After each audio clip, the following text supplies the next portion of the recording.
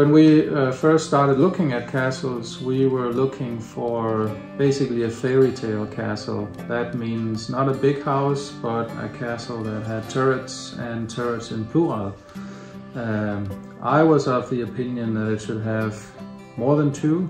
Karen was not really for one or against one. She was open to things, but I was staying on my firm line that I wanted more than two turrets, because in my opinion, coming from Denmark, where we have lots of castles, there has to be turrets on them, otherwise it's just a house. Next things we were thinking about were the amount of square meters that you get in a house, because a lot of them are close to 1,000 square meters or maybe 800, but they're huge. And you need space when you want to have wedding events or you want to make a bed and breakfast. You need rooms, and you need rooms that are not tiny, but with a certain size. And land. Land was definitely a point that we were talking about as well. We kind of agreed that having a small backyard around the castle would not be enough for us. We wanted more, so we were talking 5 to 10 hectares of land. We knew that a lot of castles the owners had been selling off the land over the years, and so it was difficult to find something that was huge in land, but it was still possible to find something between 5 and 10 hectares.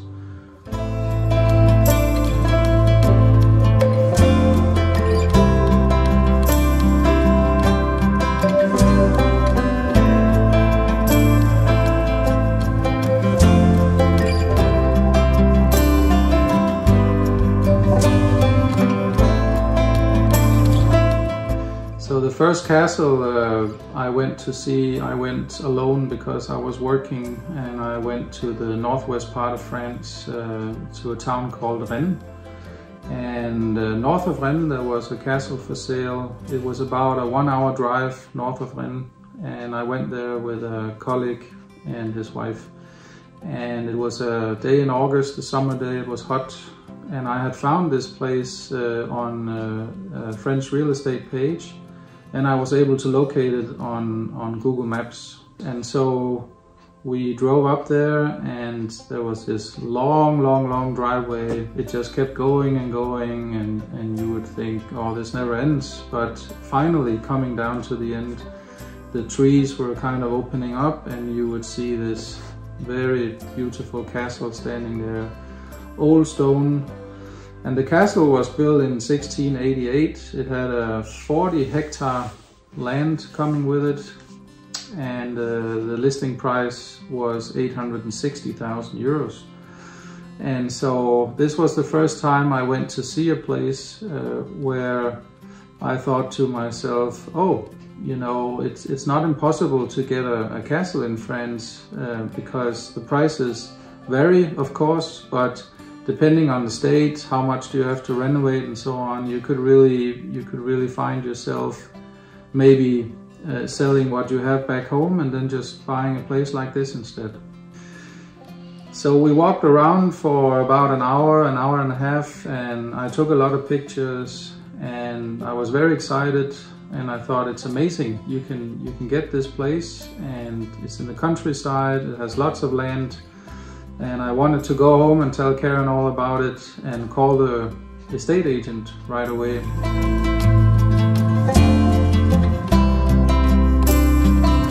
So the next day I call the agent in Paris, and he tells me on the phone that the seller has accepted an offer, and from now on it's not possible to come and see this property anymore, because we were actually planning to go back there and make a meeting, an appointment with this guy, but not possible.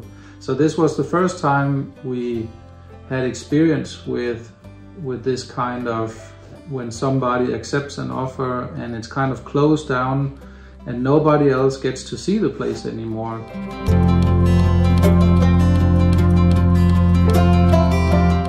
So according to one realtor agent we talked to, about 50% of all these chateau deals, they fall through for one reason or the other.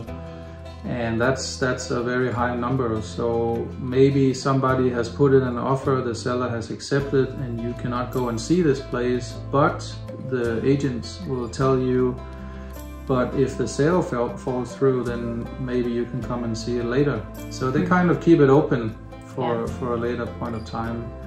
But it's still a very high number that 50% of all deals do not go through.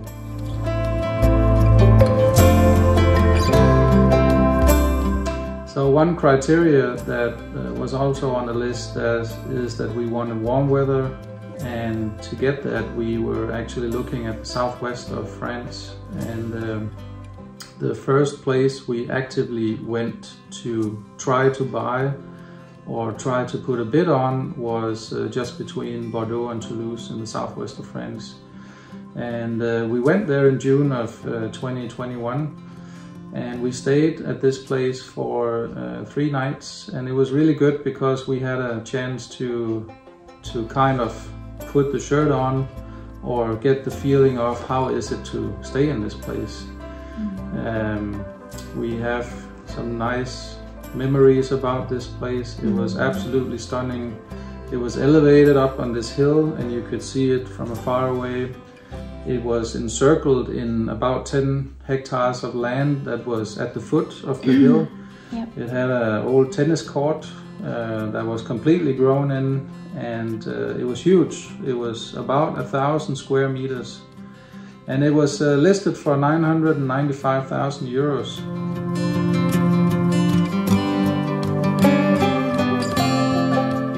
And before we went there, we talked to the agent, and he told us that the roof was leaking in a few places, and it needed to be changed. And so when I asked him what does that mean financially, and he said, well, we have an offer for 300,000 euros to change the roof, most of it being rent of scaffolding. So he was being very specific about the point that the work itself was maybe only just above 100,000 euros. But either you rent scaffolding or you get a crane so you can get up there, or maybe you buy some scaffolding and then you sell it again afterwards. But the point is that this 300,000 would come on top of the price of the chateau for us, because we would buy the chateau and immediately need to do the roof work.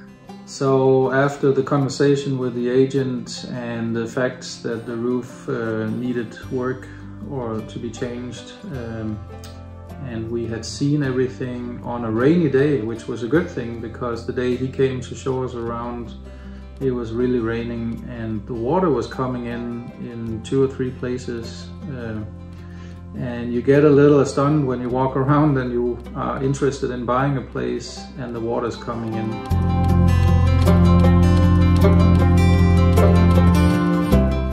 So we sat down with the agent in the kitchen and we talked back and forth, and he told us that the sellers were willing to talk price, and we gave him an offer that was quite below the listed price because of the roof, of course.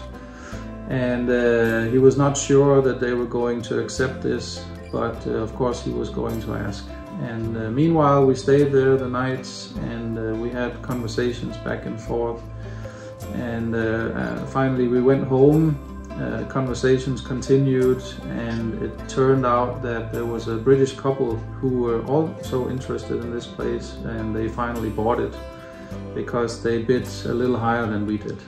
Yeah, and I think this being our first bidding experience, we didn't exactly know how it went. So we bid low, what we would want to pay, and the other couple bought it for, in hindsight, what we would have paid had this been our second or third chateau that we looked at. We definitely would have met that price and been able to have it, but at the time we were completely green and brand new and didn't really know how it worked. So we just put in our bid and then walked away from it. What I really liked about that particular chateau was were the grand rooms that they had. So there were 2 living rooms, and they were just absolutely huge with high ceilings, and they looked really comfortable to be in. And then there was a large dining room. There was a ton of wood paneling everywhere. In the kitchen, it was large. It smelled a little like an industrial kitchen, like you could sort of tell that it had been cleaned a lot with bleach and maybe used to serve a lot of people a lot of the time. But it was really big and beautiful, and the terrace there was absolutely huge. And while it was grown up a lot, we could see that we could cut it down a bit so that people could sit there and look out. And we were talking about, it's big enough you could have a yoga class out here. And there was a side terrace that could have been our personal terrace, where we could have, had a hot tub or, something for the family there. And the bedrooms were really big and beautiful, and there were a lot of them. And not only that, there were, I think, 1 or 2 more floors. Yeah, above that weren't quite as finished. My guess is they were previously servants' quarters, but there was a lot of opportunity, tons and tons of rooms where you could just finish, and even if you had a full bed and breakfast, you would still have room for family. So that was really cool. And the fact that the chateau, like Bo said, was on the top of a hill and you could see it from far away elevated was really nice. Yeah. It was that whole mosaic kind of landscape around it, fields of colors and so on. It was really pretty. Yeah.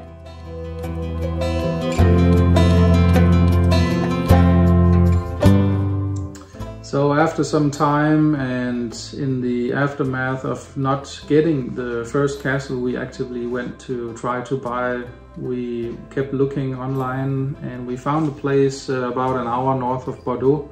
And this castle was old, and it had this old look with the limestone and a very, very nice courtyard. So we nicknamed it the Courtyard Castle.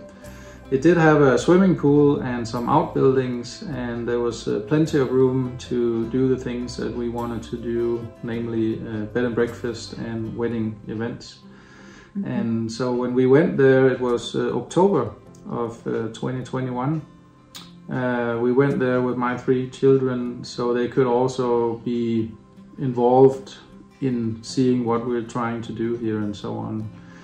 It was an interesting trip, I would say, because every time you go and see a place, it's a learning trip. So it's not just we go and see this place. There's always more to it than what you think. For example, the area, what is the town like close by, what options do you have, and so on. And when we finally got there, it was mid of October and it was still summer weather. Temperature was really nice, and it was such a statement to us that the place we're looking at or trying to find something in the area is the right place for us, because you would have a very long summer down there. What I liked a lot about that Courtyard Castle was, when we got there and we were looking around it, I was actually really surprised at how beautiful the exterior was, and with the turrets and the stonework. And then they also had a pool, which, it wasn't a must-have for us, but it really was beautiful. And then they had some beautiful trees around the pool, and they had many apartments that could be rented outside of the chateau itself. Now, the way that the owner of that chateau had arranged the chateau was he had it broken into, I think, 3 different apartments. And so the chateau itself had about 3 different kitchens as a result. And then he had kind of divided it in certain places. So we would have wanted to open it up, but we could completely envision in that courtyard, cleaning it up and making it into a place where people could relax and have coffee or have wine and kind of be protected from the wind and have some shade. It really was quite beautiful. So I remember that being the first time we saw something and were pleasantly surprised by what it was.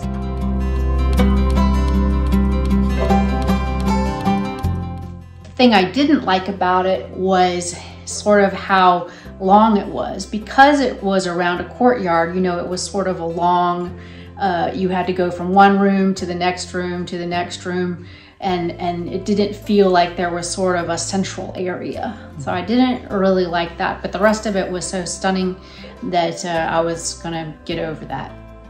The other weird thing about it was that the owner was living on a piece of land in a building that used to belong to the chateau. So basically he was right there in your backyard and he didn't plan to go anywhere. So he would still have been living in this house on the property, and that felt a little funny to me. Yeah, because one of the criteria was also that we did not want to find a place that was at the edge of a town, that has neighbors right in your backyard, and that guy or this couple was actually living just a stone throw away. Yeah. So it was important for us that we find a place that is located by itself and there's nobody around. Oh. Could have been very, very good to have someone there who knows everything, or it could have been bad. Not sure. Yeah. But we did put a bid in on that place. And do you remember what happened? Yeah, so the listing price was just above €1 million, and we were told before we got there by the agent that the seller was willing to talk price on this one as well. Yeah. So we put a bid in the same day we went to see it, and about 6 hours later that same evening we were told that he refused this offer. Yeah. The next morning we raised the bid by €100,000, and this time it took 7 days before we finally got an answer. But this time the answer was not just that it was a no, but that the seller had accepted an offer from another buyer. Yeah. And our agent did not know who this person was, so this was again a scenario where we learned from bitter experience that we're not the only ones trying to buy this place, and that we are basically in somewhat way being used to jack up the price somehow. And not only that, but the realtor also doesn't always know when their owner is considering another bid. I firmly believe that our realtors did not know. No. Yeah. No. Yeah. So he apologized, and was sorry, but he could not do anything because again it was closed. Mm-hmm. He could not come and do anything. Yeah.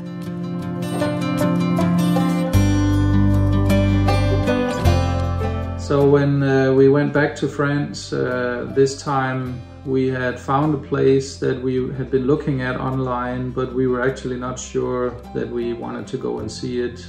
So there was some talk back and forth, but we kept looking at it, and finally we said, okay, let's just give it a go and go there and see it. So this place was located in a good area because there was easy access on the highway to Paris, or if you wanted to take the train, for example. We went to see it. It was listed at €995,000, so €995,000. The thing about this place is that the pictures that were depicted on the internet were of course of the place, but when you went to see the place, it was a big difference, and it was so disappointing. I don't think we have ever been so disappointed like we were going to this place. And for more reasons actually, because when you plan to go to France to see a place, you're excited, you want to buy something, you're going there with a smile on your face. And this was absolutely the opposite. But not just that, it's far for us to drive to the part of France where we wanted to buy. I mean, how many hours would you say for most of the viewings? 10 hours. 10 hours for most of them. And so to drive 10 hours excited to walk in the front door and to almost know immediately that this was a waste of your time and you've got a 10-hour trip home after that is really tough. And it was really tough. And this place, you know, beautiful little town, absolutely stunning. You know, we walked around the small town before we went to visit the location, and it was completely charming, and we thought, wow, this could be really cool. And then we went to the place and we pulled up, and first and foremost, Beau had broken his rule of demanding turrets, and I was really hoping that this was going to be a good experience so that maybe we could, you know, look at some more places that perhaps didn't have turrets, but they were wonderful in other ways.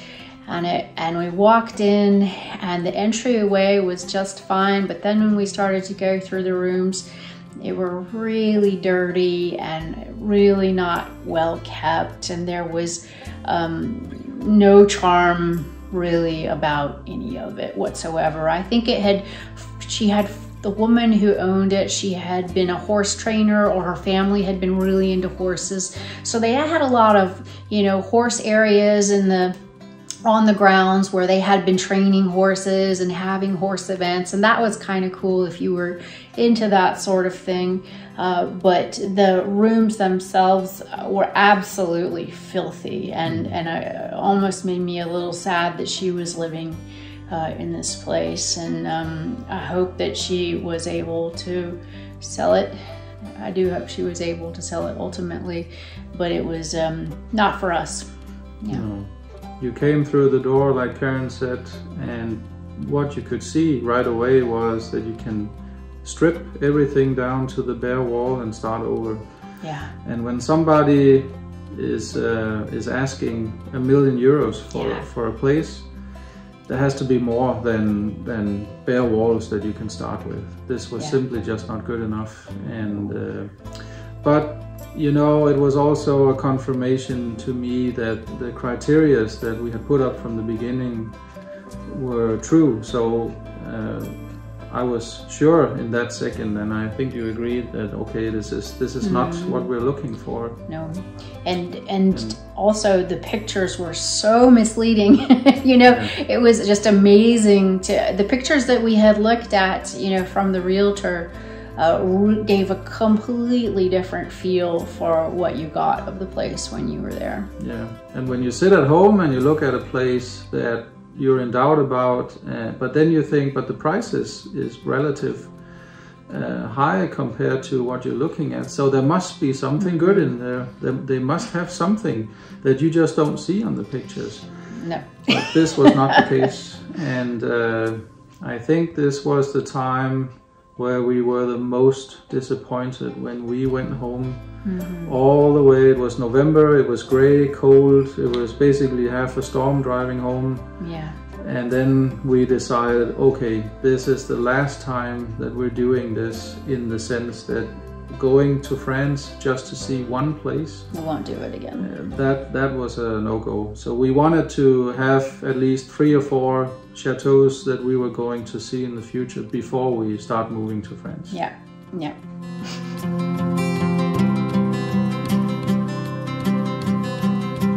So the next trip we did to France was at the end of November 2021, and this time we had 4 chateaus lined up, but just I think the day or 2 days before we went to France, an agent wrote an email saying one of the chateaus has been sold, or at least the seller has accepted an offer from a potential buyer, so we would not be able to go and see that. But we still had 3 on the list, and off we went.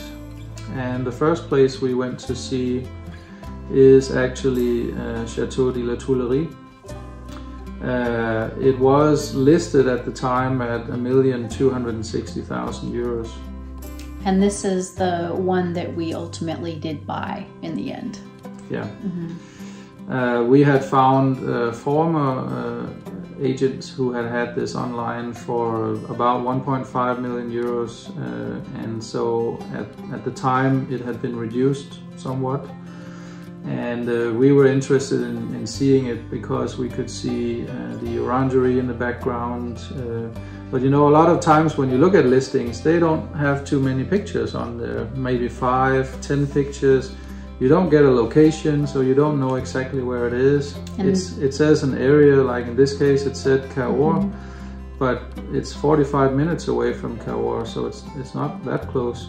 And the reason for that is that they don't want people who are going to see chateaus to bypass the realtors and go straight to the sellers or to get in some other way. They want you to go through the realtor. Yeah, so we came there on a cold November day. It was raining, and we had a great tour with the agent.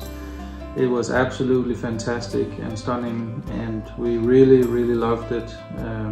It was renovated inside, and it needed a lot of work outside, also in the orangery and the outbuildings. And our first impression of this place was really good, because it was the first time we saw a place where the owners were actually living inside. And you know how it is when you have the heating going and you use the water system and the toilet system, the drainage, and everything is in use. So it's like a car engine. If you never drive the car, it's not good for the engine, right? So this was a little bit the same. We thought, oh, this is nice. The people are living here and they're using it, and so it's kind of up and running. And this was also the first place we saw where we thought you could move right into this place. When we were leaving to go to this chateau, Bo was so excited, and he was saying, okay, this is the chateau, let's go and buy this one. And I thought, okay, you really want this one? And he said, yeah, this is the one, and let's go get it. And so, you know, I wasn't sure myself, you know, because we had by this point enough experiences that it sort of seemed like it wasn't going to happen for us. So, you know, but we went there and we knew we had 3 to go and see, and driving down that driveway for the first time, it was just so stunning. They had such beautiful trees lining this driveway, and even though this was late into the fall, it didn't matter. It was just really, really stunning, you know, to just the landscape going in this area. So it was a good first impression. One of the things we saw right away was that we could move into it. We could use it as a bed and breakfast from day one, and that would be a huge help for us. Yeah. So we were thinking, okay, what else do we have to do? So the tour of this place was more about what else is there to do the other things that we want to do. Because in this case, when you walk through the door, it was the opposite of the other places. Whereas most places are run down, they need a lot of renovation work, and you can just see coming through the door, this is going to take months, maybe years to get ready. This place was renovated inside, and we could just get on with it right away. Big difference. And that was definitely something worth investigating in a little more. When we sat down with the owners and we had tea and cookies and we talked back and forth and so on, and we finally put in an offer that we felt was realistic for the state that it was in, we got a big fat no. But it was a good big fat no, in the sense that when we finally left there and we parted as friends, and the owner said, we hope to see you again. So sometimes you get a no, but sometimes you also open up for more discussion. Yeah. And that's what it was. You don't always know it, but I guess the main word is not to give up here, because this is what basically happened with us too. Yeah. And I can remember sitting there and thinking, could we really have something this amazing? And I was thinking, gosh, wow, wouldn't that be so great? So when we got the no and we were leaving there, I was determined in my head to stop liking that place and not to think about it anymore, and to like something else a lot better, you know, because it was just too good. you know, and so I was like, I want to like something else more. And we had 2 more chateaus to see on this trip. So we went immediately, didn't we, that day to see the next one? We had the second one that same afternoon. We went across from Martel over to Saint-Emilion. And just about a 10-minute drive from Saint-Emilion was this chateau. That was an old British fort built by soldiers many, many years ago. It was listed for 750,000 euros, and it was a complete ruin. I mean, one part of the structure was basically falling into the ground, and things you don't always see on the pictures might still be true. So when you look at the pictures and you see the grass is long, everything is grown in, maybe the windows are smashed and so on, you can probably expect that even maybe somebody has been intruded, living in there, painted on the walls, you know, basically messed up the place, because that was the case here.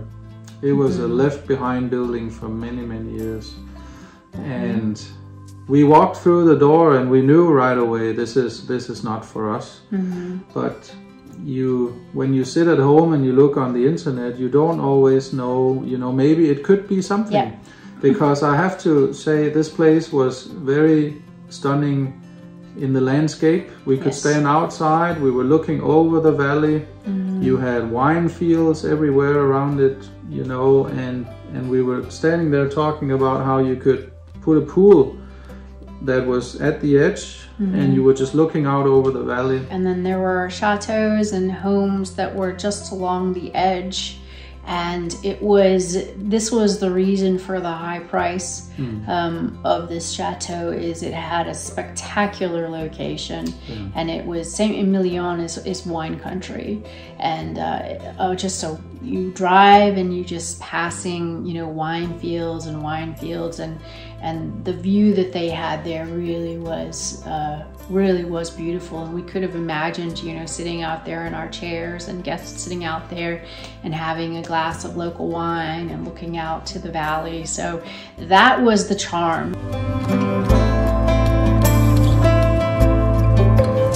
When the realtor started talking about how we had to bring in the equipment to lift the whole structure in order to start doing the work, I think that's when we were standing there and realizing it's way more than we want to put into a property. And I think that's might have been the first time when we started we weren't really sure how much renovation do we want to do, you know, in a place. But I think that's probably the first time that we really felt, okay, we know this is way too much. So where is our you know, perfect, where is our limits? We were starting to discover this. Yeah, and another learning experience, because you see a place, and certainly a place that you do not want to buy. So I think it's good to maybe go and see a lot of places, even though you have an idea what it is you want. You might find that these places, they look stunning on the pictures, but they're not when you get there. Or it could be the other way around. You just never know.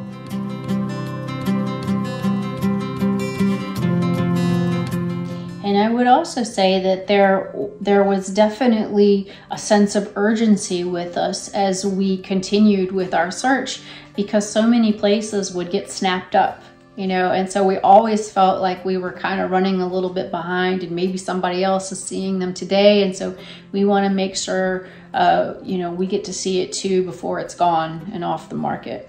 Yeah, it started to feel like the market of chateaus in France were kind of cleaned out somehow. The things that were left were either too expensive, or they were in such a condition that it was too much work, or maybe for our personal needs or priorities, criteria, what we wanted to get in a chateau was not available. So you know, there was lots of chateaus for sale, but maybe not the ones that we liked. A lot of them look like a house, and that's not what we were looking for. I felt like maybe we missed the best time to buy the kind of chateau we wanted by about 2 years. Yeah. You know, back 2 years before we were looking, things were a lot more affordable, and there were a lot fewer people looking, which is, you know, goes hand in hand. Yeah, it just sort of felt like there was a little bit of a rush on. Yeah. Then at least we had a very nice evening in the Saint-Emilion. Beautiful. Restaurant, a good experience, dinner, and although it was cold in November, we had a very nice day there. Yeah.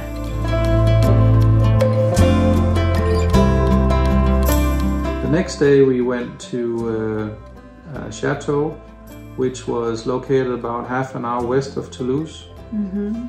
And this place was, at that point of time, was listed at 890,000 euros. It had been put down or reduced from 1,120,000 approximately to 890. Mm-hmm. So we assume that in an attempt for the sellers to kind of get rid of it, they had reduced the price significantly.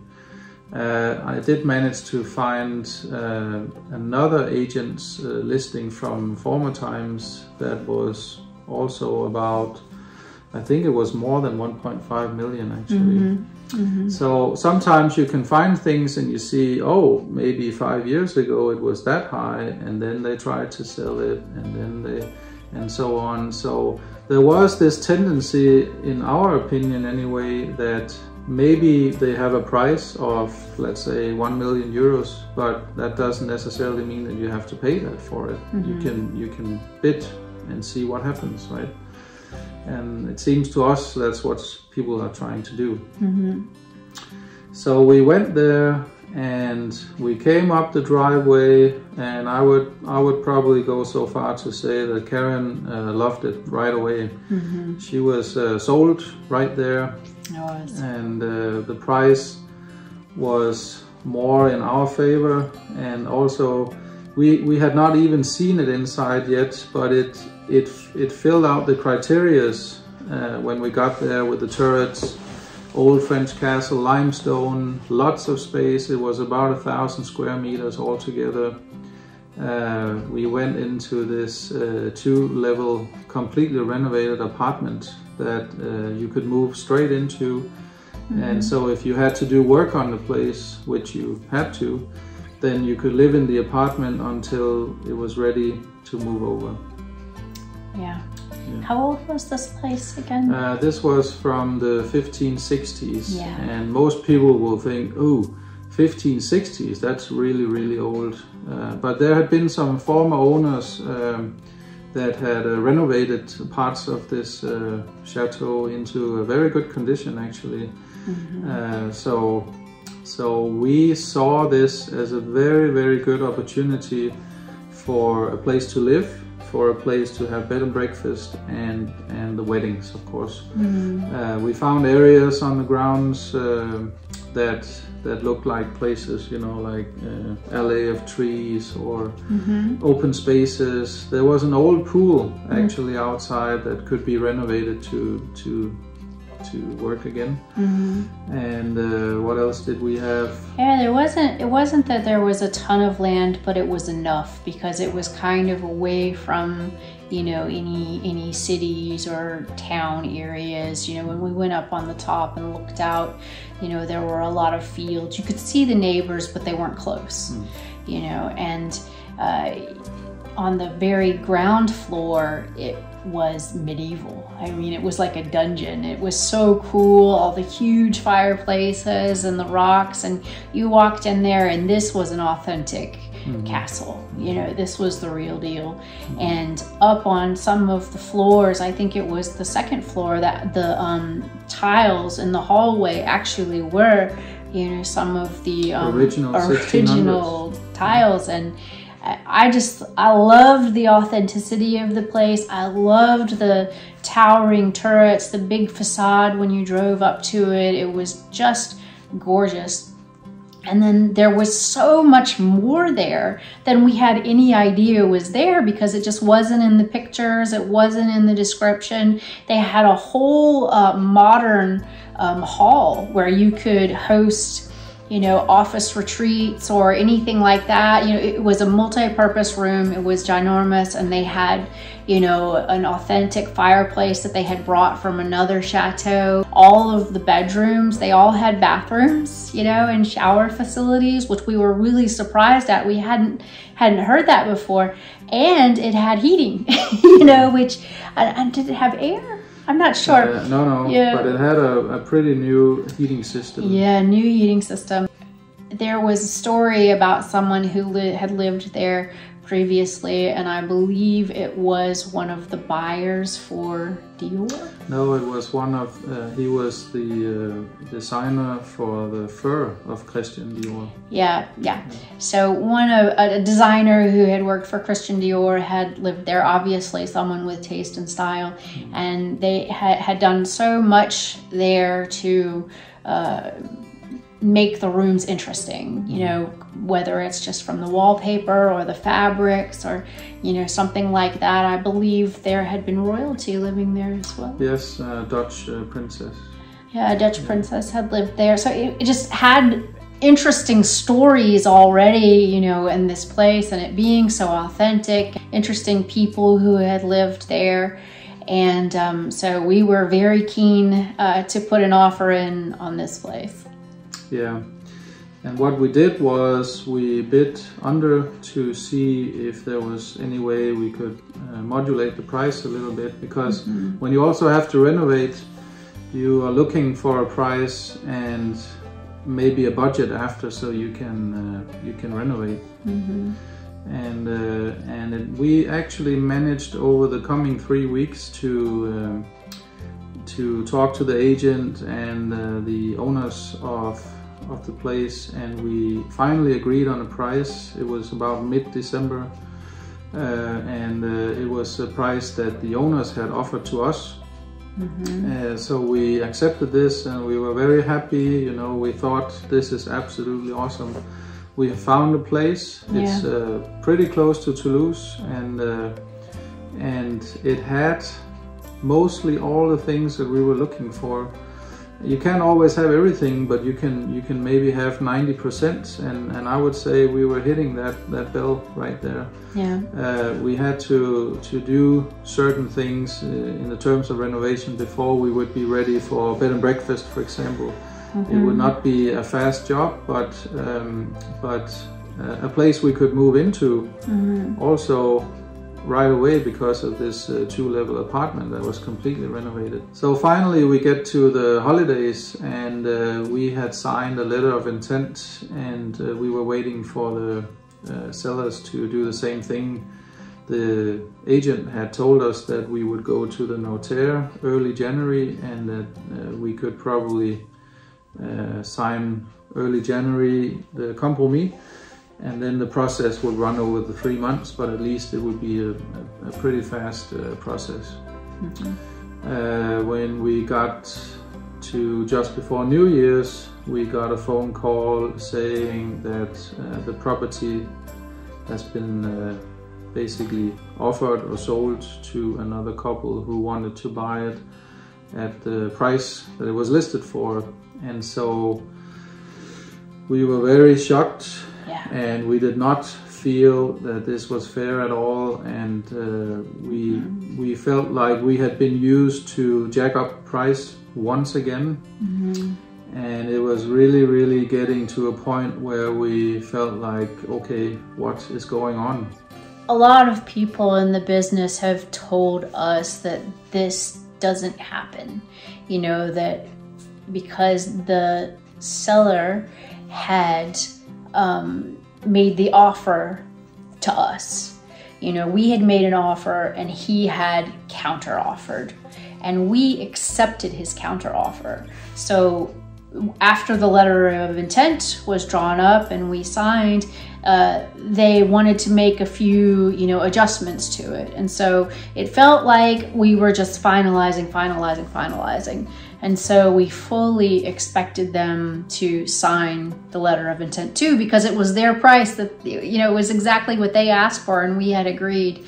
But it was a little bit telling that there was so much waiting every single time we took a step, because they were shopping it out. You know, they had another buyer, in fact, that they were working on. And you know, the realtor, he reassured us that this is not how he does business, and that he didn't agree with this, and you know, that this is unheard of, but that he didn't have any control over this, and that, you know, there was a point when they told us about this other couple where he said, well, if you do want to pay the original listing price, I can probably you know, help you to get it.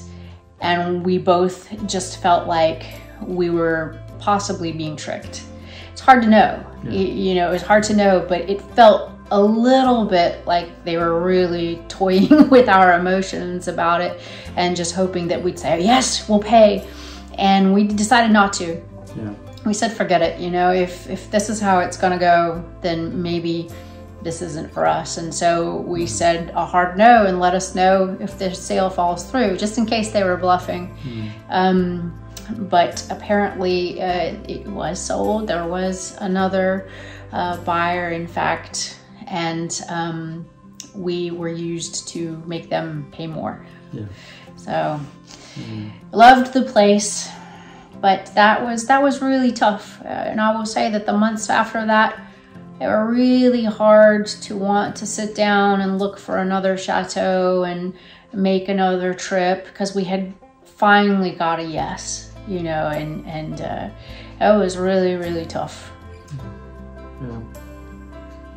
Yeah, it gives you a sense of where am I in this whole world of buying a chateau, because it feels like it's the wild, wild west.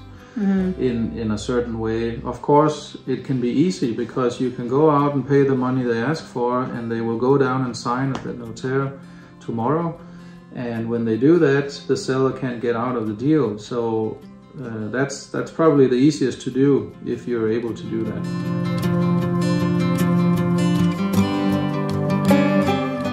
So, like Karen said, in the weeks and months after this, we were really starting to consider if this is what we want to continue to do. We had several occasions where we basically were used to jack up the price for the seller, and is this something that we want to continue, because we're not in charge or control of what's going on. We can only try to put in a bid.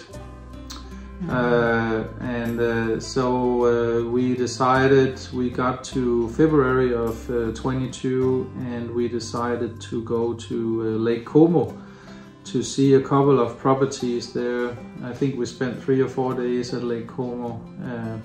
It was a place that we have had in our minds too before we started looking at chateaus, and I think I was the one saying, but if it doesn't work out with the chateaus, maybe we need to start looking at other options. And this was the second choice, would be to go there and buy something. We also talked about Key West in Florida, which was a place that we love to go to and have been to. And we were looking at houses online to see if there's something we like. So when things don't work out once or twice, it's not a bad thing. But when it continues and continues and continues, you start to wonder if maybe this is not going to happen at all. So we went to Lake Como, and we saw 2 properties there, and they were very nice in their own way. But certainly not a chateau in France, and size-wise a lot smaller. We did find a place that we liked a lot, but again, when you talk location, Lake Como is definitely a place where they jack up the price. You don't get much for the money. So it was one of them was a complete ruin for a lot of money.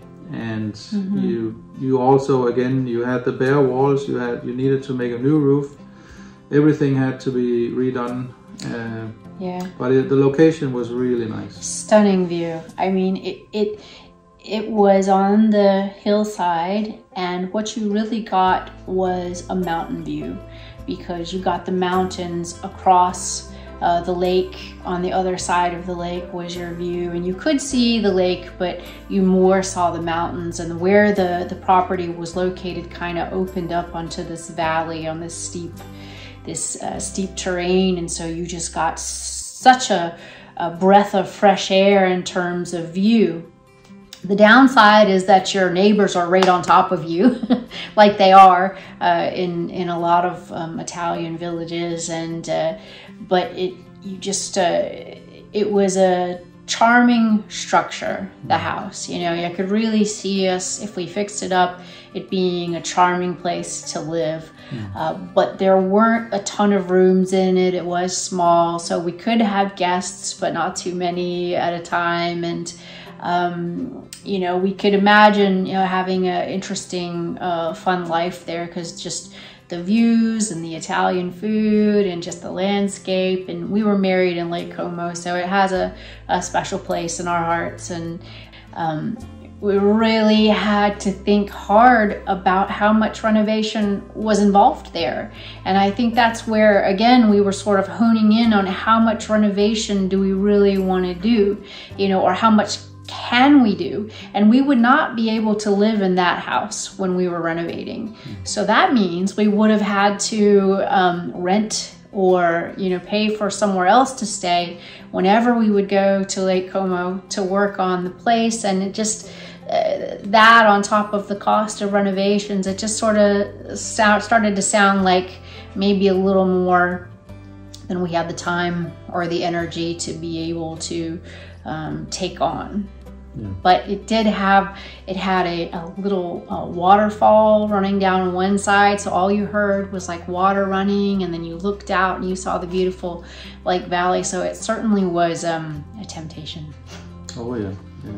So the next house we wanted to go and see was just the next town up on the lake, and this house was basically on the lake, just on the other side of the street. It was very quiet there. The house was not very big. The price was a little lower than the other one, but it was, I would say, like a big apartment. Yeah. In 2 levels. It had a double garage, and I liked that.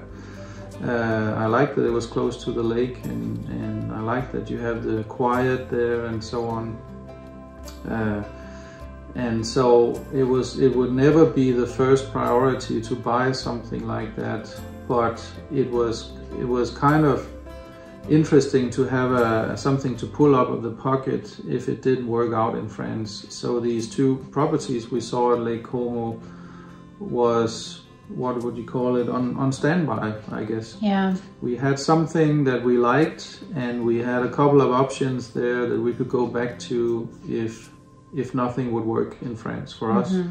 Meanwhile, being there, we also talked to an agent in France about a new castle, and we were able to set up an appointment to go and see it a few days later. So we stayed a couple of days more at Lake Como, enjoyed our time, and then we drove through the mountains over to France. And this castle was located in just outside of Souliac. And so we were basically back close to where we are now, to Martel. Very close, 20 minutes, I think. Yep. And this castle was also elevated up on the hill. You had a view over the river, the Dordogne River. It was in a prominent position. It had the turrets, it had the limestone, it had 10 hectares of land.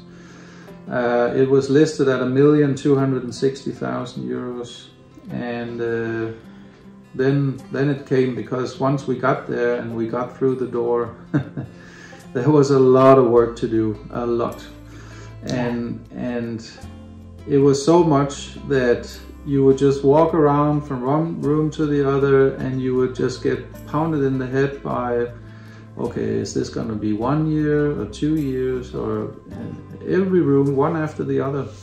And when you're talking 1,000 square meters of house, that basically nowhere was it renovated completely. They had started renovating some parts, and some parts were still left like it was. But nothing was finished. There was no kitchen.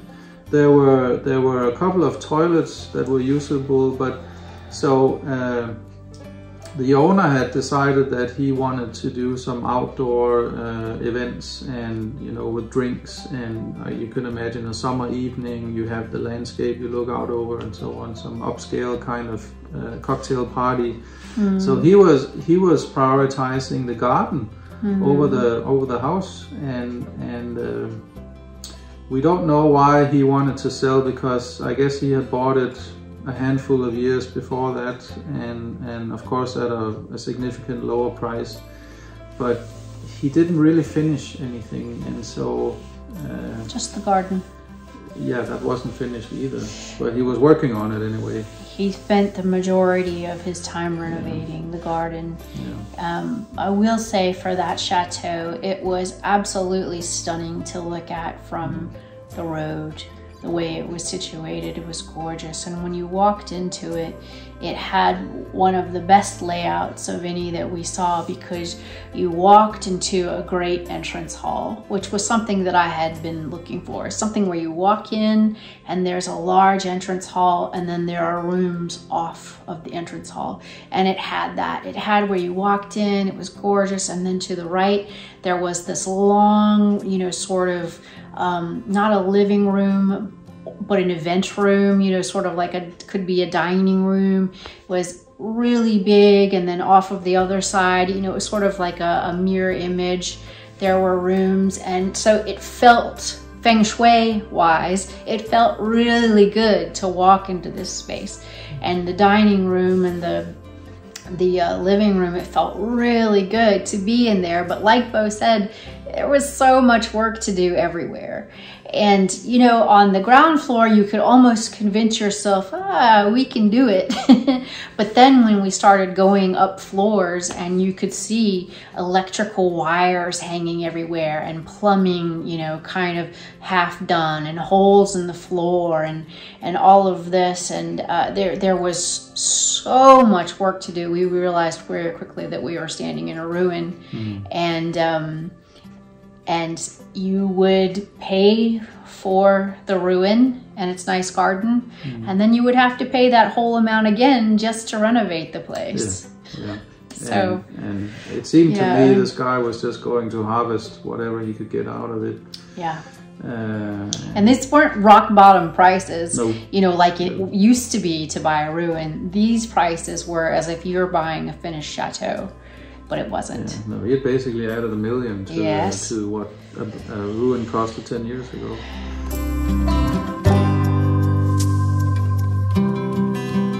So we went in and we said, okay, we're gonna think about this, because we did like the place, and we didn't really have anything else at hand at the time.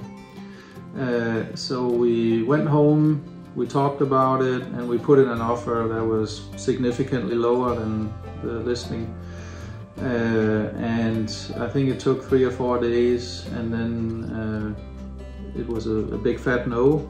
Yeah. But not a nice no this time. He actually got irritated that we would offer so little. But we told the agent, well, we're basically offering probably what he paid for it, more or less, because that's the state the place is in. Yeah, I don't know if it has been sold or not to this day, but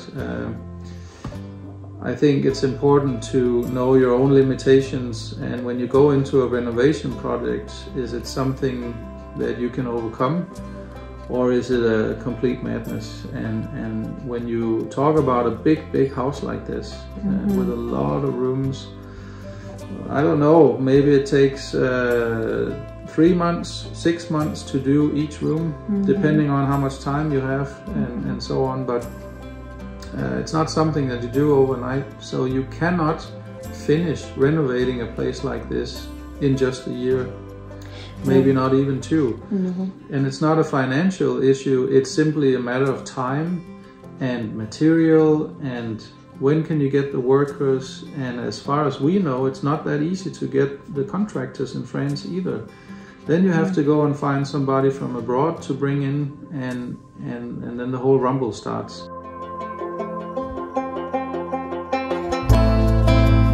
Bo and I, we weren't moving to France with nothing to do and all our time to renovate. You know, we weren't quitting our jobs, we're keeping our jobs, which means we have to have time to work. So it's not a situation where we can spend 24/7 renovating with whatever money. You know, we need to spend our time working and then renovate on the side.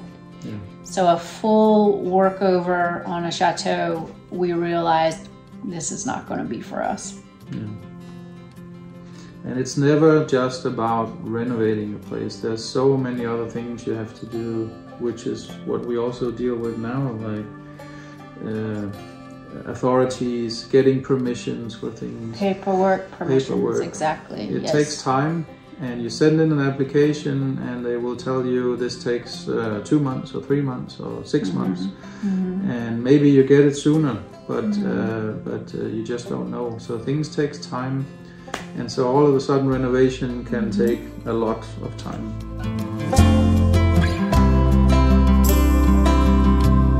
So what happened next? Well, also in the meantime, we had kept talking to the agent of Château de La Tuilerie, meaning at New Year's in January, February. So maybe once a month I would get back and ask the question, is there any change? Is the seller willing to talk price? And so forth. And basically, I think another 2 times I got the answer no. They want to wait and see. They are not willing to talk price and so on. After we lost the chateau that we had signed for after directly after New Year's, we were on the ride home from where we were when we had got that news, and I remember Bo saying in the car, you know what, I'm going to reach out to the seller at, or the realtor at Château de La Tuilerie again and just see. And I can remember thinking, oh, you can do that? You know, it just hadn't entered my mind at all that you could keep talking to someone that you'd already got a no from. And I can remember feeling some hope. And we were so down in the dumps after that experience. We were so sad. So it felt like, yeah, you know, if we could get that place, then we could just tell this other place, you know, to stuff it. because we were so like, so angry and sad about that. And wouldn't it be great to get the place that we loved before we loved that place? So I thought it was cool. It was still my favorite from the beginning. Yeah. And it so turns out that we get to early March, and then we managed to talk to the agent again, and we put in our final offer for this property.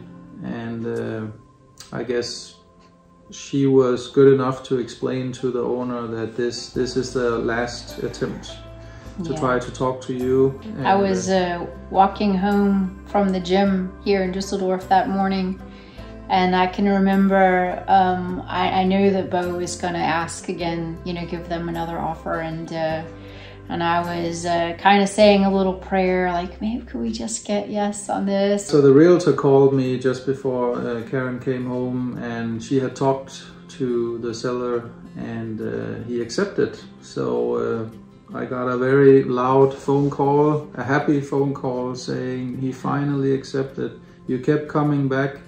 You did not give up on this, and now he's willing to sell. And I came down the stairs, and I said to the agent, you have to say this again, because now Karen is here. So I put on the speaker, and while she was explaining, you could just see a teardrop running down Karen's face.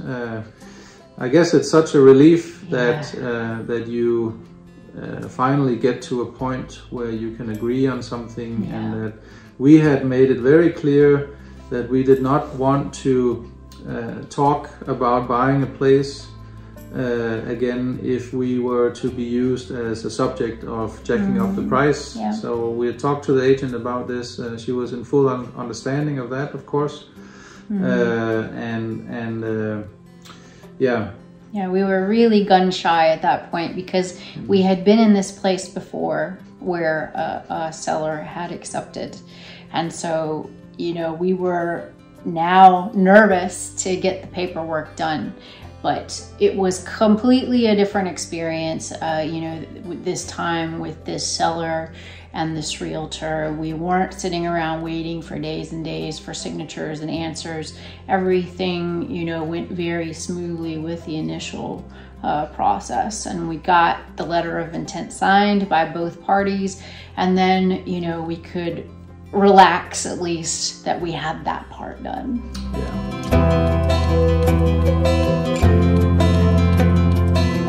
So when we think back about this, we wanted to do this video because we wanted to talk about the way that we ended up where we ended up.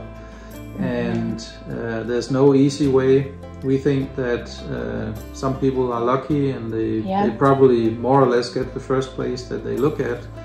But I'm convinced that so many other people have experienced more or less the same thing like us, and that they have had to fight for a place that they really liked. And I think that it is our best advice to anyone who's sitting out there dreaming of a place to not give up, first of all, and to be very aggressive when you have to, but also to pull out if you feel like this is not going the right way. Or you're getting used. Or you're getting used, definitely pull out of it.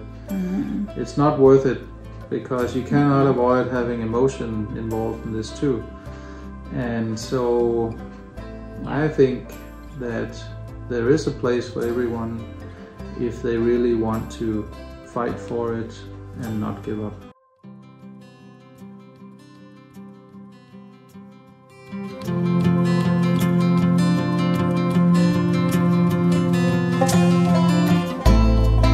I think we're very lucky and very humble to be able to do this in our lives. Very.